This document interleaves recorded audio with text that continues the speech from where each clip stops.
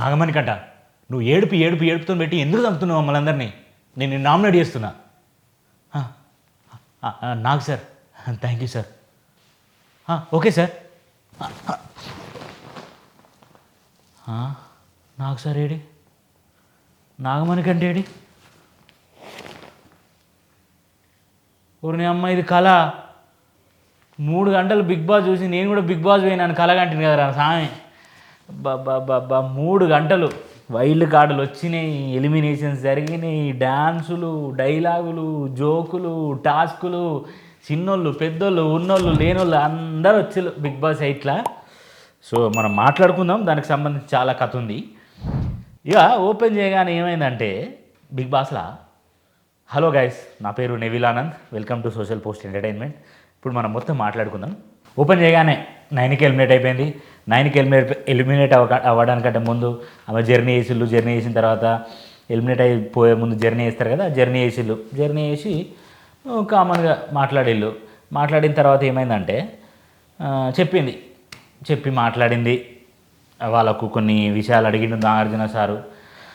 Book తెచ్చిండు, ఎవరేంది అని చెప్పేసి రాపిచ్చిన తర్వాత పంపించిన తర్వాత ఈ పాత చింతకాయ పచ్చడి గురించి కాసేపు మనం పక్కకు పెట్టి కొత్త చింతకాయ పచ్చళ్ళు వచ్చినాయి కదా, 8 మంది వైల్డ్ కార్డ్ ఎంట్రీలో హరితేజ్ అవ్వచ్చు, ముక్కు అవినాష్ అవ్వచ్చు, జబర్దస్త్ రోహిణి అవ్వచ్చు, మెహబూబ్ దిల్సే అవ్వచ్చు, ఇకపోతే ముక్కు అవినాష్ అవ్వచ్చు, టేస్టీ తేజ, నైని పావని, గంగవ్వ, వీళ్ళు ఎంత ఎంటర్టైన్మెంట్ ఇవ్వబోతున్నారు, మనకి ఎట్లా నచ్చింది, అసలు వీళ్ళ కథ ఏందనేది మనం ఇవాళ మొత్తం మాట్లాడుకుందాం.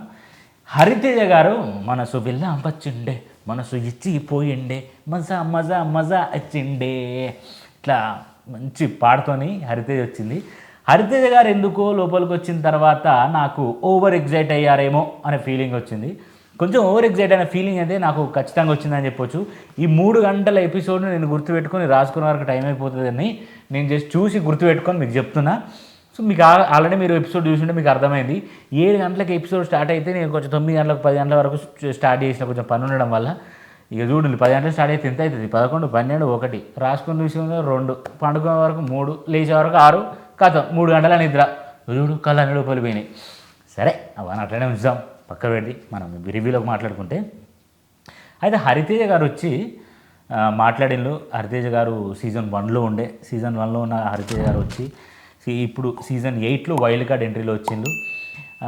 లోపలికి పోయింది. అక్కడ నుంచి నాగ్ సార్ దగ్గర ఈ పాటకు డ్యాన్స్ చేసింది, మాట్లాడింది. వాళ్ళ పాప కూడా వచ్చింది, వాళ్ళ పాప స్టేజ్ మీదకి వచ్చింది, మిస్ అవుతున్నా అని చెప్పేసి. రోజు 24/7 చూడు అమ్మ, నువ్వు చూడగలుగుతావు, నెవర్ మిస్ యువర్ మామ్ అని చెప్పేసి నాగార్జున సార్ చెప్పి లోపలికి పంపించిండు. లోపలికి పంపించిన తర్వాత లోపలికి వెళ్ళి హరితేజ గారు అందరినీ హక్ చేసుకున్న తర్వాత బాగుండడం. పోయిన వెంటనే కొంచెం ఓవర్ ఎగ్జైట్ అయిన ఫీలింగ్ నాకు వచ్చింది. మీకు అనిపించిందో కింద కామెంట్ చేయండి. ఇక కట్ చేస్తే నెక్స్ట్ జబర్దస్త్ రోహిణి అసలు one of the finest entertainer of the house అవుతుందేమో అనే ఫీలింగ్ నాకు వచ్చింది ఈ ఎంట్రీలో. అసలు జబర్దస్త్ రోహిణి ఎంత దారుణమైన టైమింగ్ ఉన్నదంటే, ఆమె ప్రోమో అవ్వచ్చు, ఆమె మాట్లాడిన విధానం అవ్వచ్చు, స్టేజ్ మీద ఆమె చేసిన పర్ఫార్మెన్స్ అవ్వచ్చు, అసలు నాకైతే మస్తు అనిపించింది. జబర్దస్త్ రోహిణి వచ్చి నాగ్ సార్ దగ్గరికి వచ్చింది. లేచిపోదామన్నా మనవాడా, వెళ్ళిపోదాం రా, ఎక్కడున్నాం రా అన్నట్టుగా డైలాగ్ చెప్పింది. అండ్ తన ప్రోమోలో కూడా చెప్పింది, తను బిగ్ బాస్లో ఉన్నప్పుడు నా లైఫ్ ఎట్లుండే, బిగ్ బాస్కి ముందు ఎట్లుండే, బిగ్ బాస్ తర్వాత ఎట్లుండే, అప్పటికి సీరియళ్ళకి షోలకు పరిమితమైన నేను బిగ్ బాస్ నుంచి పోయిన తర్వాత I started my life in movies also అని చెప్పుకుంటూ వచ్చి లోపలి పోయినాక ఈమెకి ఏమన్నాడంటే నాగార్జున సారు, నువ్వు పోంగనే నీకు 8 మంది ఉన్నారు కదా, ఎవరు ఒరిజినల్ గ్యాంగ్స్టర్స్ ఓజీస్, వాళ్ళని నువ్వు ఎవరైనా ప్రాంక్ చేసుకో అంటే, ఈ ప్రాంక్ పెద్ద పేలినట్టు అనిపించలే. లోపలికి పోయి ఏదో చేద్దాం అనుకున్నది. నన్ను ఎవరు ముట్టుకోండి, నన్ను ముట్టుకున్నా డైరెక్ట్ నామినేషన్ చేస్తానంటే, మాకు అర్థమయ్యేలే అక్కు, నువ్వు వచ్చింది అక్కు, నువ్వు నామినేషన్ లేదు అక్కు అని ఎట్లా అందరూ అడిగి, ఇది నువ్వు వైల్డ్ కార్డ్ ఎంట్రీలో వచ్చిన అంటే, కాసేపటి తర్వాత వైల్డ్ కార్డ్ ఎంట్రీలో వచ్చిన అని చెప్పేసి రోహిణికి చెప్పింది. ఆ తర్వాత టేస్టీ తేజ మనకు ఫుడ్ లాగ్స్ చేసుకుంటూ, రెస్టారెంట్ చూపించుకుంటూ, కొంతమంది సెలబ్రిటీస్ని తీసుకుపోయి వాళ్ళకి తిండి పెట్టుకుంటూ ఇట్లా షూట్స్ చేస్తూ ఉంటాడు కదా. అలాంటి టేస్టీ తేజ సీజన్ 7లో వచ్చిండు మనకు.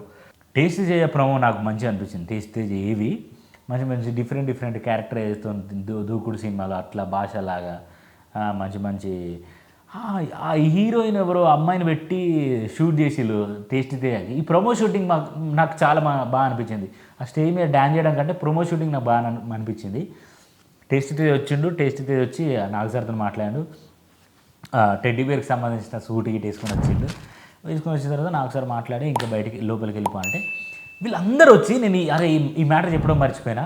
ఒక ఇద్దరు మాత్రమే కత్తెవరు సుత్తెవరు అని అంటే కత్తి ఇద్దరు మాత్రమే ప్రేరణ అని అన్నారు. మిగతా వాళ్ళందరూ కత్తి నబీల్ అన్నారు. అసలు నబీల్కి తిరుగు లేదన్న ఫీలింగ్ వచ్చింది. వరంగల్ షేర్ ఎందుకు ఆగుతాడు, గెలిచినాక పోతాడు అని చెప్పేసి నాగార్జున సార్ కూడా నిన్న బూస్టింగ్ ఇచ్చాడు. ఈవెన్ హరితేజ్ వచ్చి కూడా నబీల్ నాకు ఎందుకు కత్తిలాగా అనిపిస్తున్నాడు అని చెప్పేసి మాట అంది. సుత్తి ఎవరు అంటే యష్మి అని అంటున్నారు అందరూ. ఓకే, ఇక జబర్దస్త్ మన అయిపోయింది. మన టేస్ట్ తేజ బిర్యానీ పొట్లం పట్టుకొని పోయింది. యష్మితో షేర్ చేసుకోమని లోపలికి పోయిన తర్వాత మనోడు అందరికీ షేర్ చేసుకున్నాడు. మనోడు అల్చల్ చేసిన తర్వాత లోపలికి పోయిన తర్వాత ఆ బిర్యానీ ఒక్కొక్క స్పూన్ అందరికి తినబెట్టిన తర్వాత అప్పటికే లోపలికి పోయి ఉన్న తర్వాత హరితేజ గారు వీళ్ళందరూ కలిసి చేసారు. కట్ చేస్తే నైనీ పవన్ వచ్చింది. నైనీ పవన్ కూడా డ్యాన్స్ ఇరగదీసింది. నైనీ పవన్ కూడా మనకు తెలుసు బిగ్ బాస్ సీజన్ 7లో వచ్చింది. 1 వీక్ మాత్రమే ఉండి వెళ్ళిపోయింది. ఇక్కడ అసలు ట్విస్ట్ ఏంటంటే హరితేజ గారికి ఆల్ ద వే చెప్పడానికి అదే వాళ్ళ సీజన్లో ఉన్న ఎవరైతే నవదీప్ ఉన్నాడో నవదీప్ ఆల్ ద వే చెప్పిండు.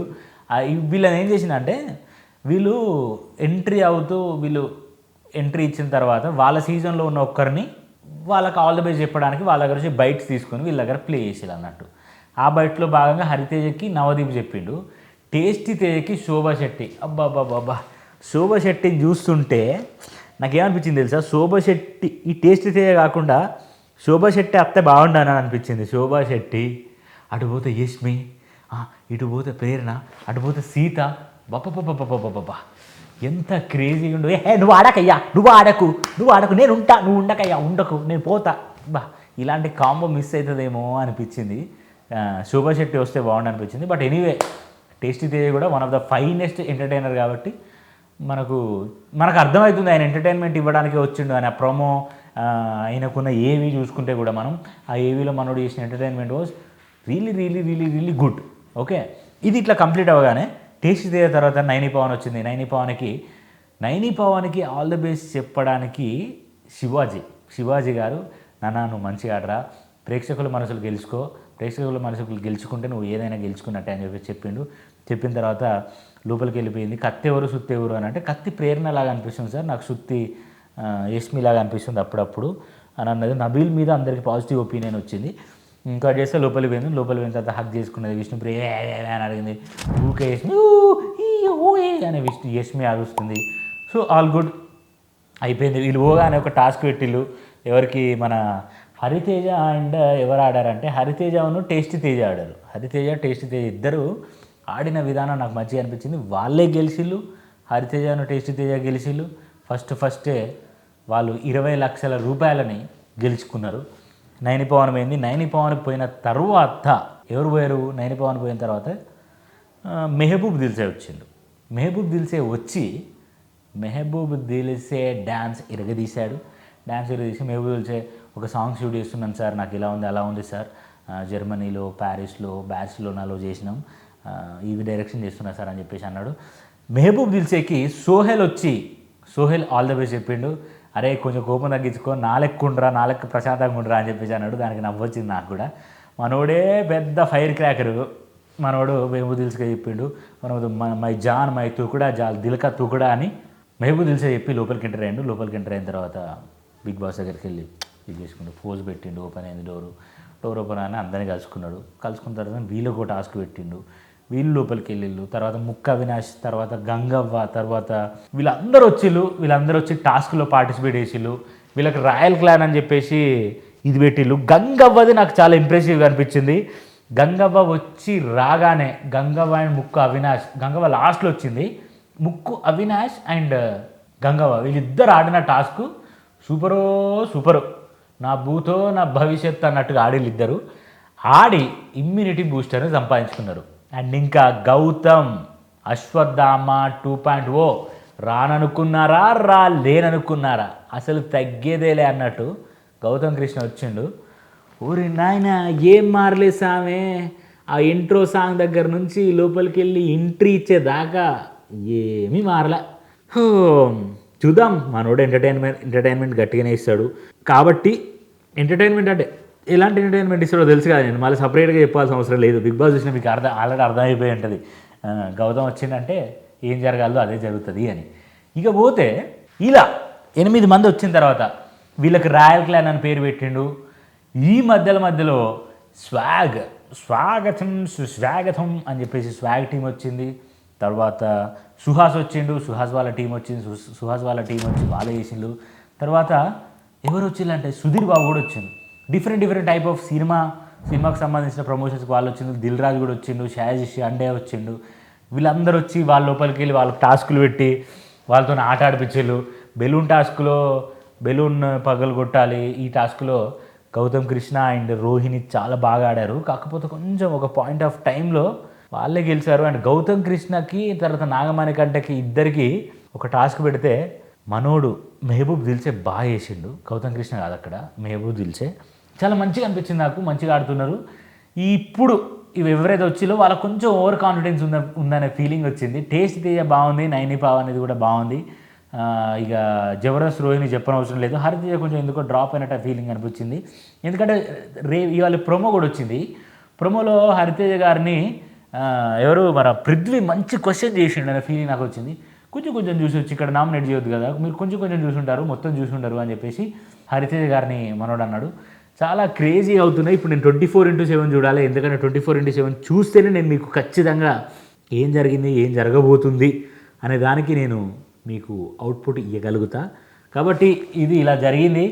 సో సీజన్ 8లో ఎపిసోడ్స్ ఏదైతే వైల్డ్ కార్డ్ ఎంట్రీస్ ఉన్నాయో, ఈ వైల్డ్ కార్డ్ ఎంట్రీస్ రసవత్తరంగా ఉండబోతున్నాయి.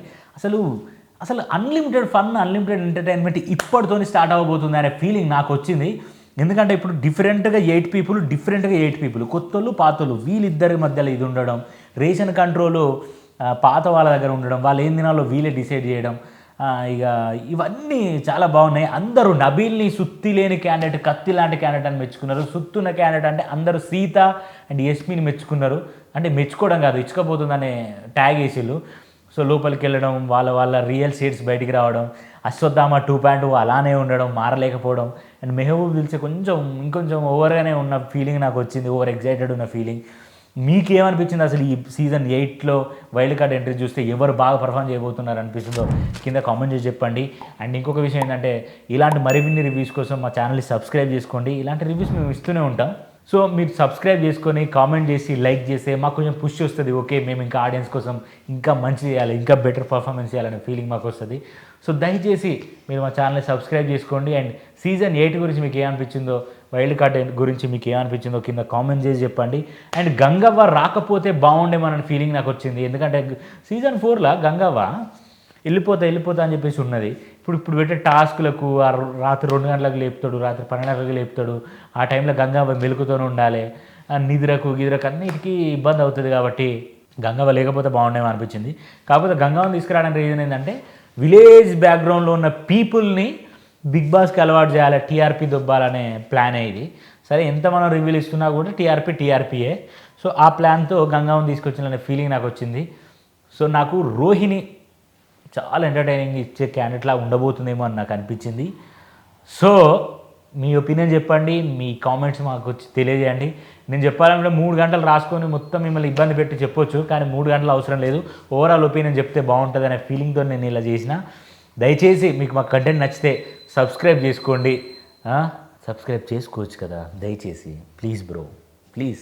అమ్మ, అక్క, తల్లి, తమ్ముడు, అన్న, తల్లి, తమ్ముడు అందరూ సబ్స్క్రైబ్ చేసుకొని మమ్మల్ని దీవించి ఆశీర్వదించి మమ్మల్ని వర్ధిల్ల చేస్తే, మీకు కంటెంట్ ఇచ్చి మిమ్మల్ని మేము ఎంటర్టైన్ చేస్తూనే ఉంటాం. అందుకే సోషల్ పోస్ట్ ఎంటర్టైన్మెంట్ అనే ఛానల్కి పేరు పెట్టుకున్నాం. మీరు సబ్స్క్రైబ్ చేసుకుంటారు, కామెంట్ చేస్తారు, లైక్ చేస్తారు, షేర్ చేస్తారని మేము మనస్ఫూర్తిగా కోరుకుంటూ మరొక రివ్యూతో మళ్ళీ మేము ముందుకు వస్తా. అంతవరకు సైనింగ్ ఆఫ్. నేను మీ నేవిల్ ఆనంద్. బాయ్.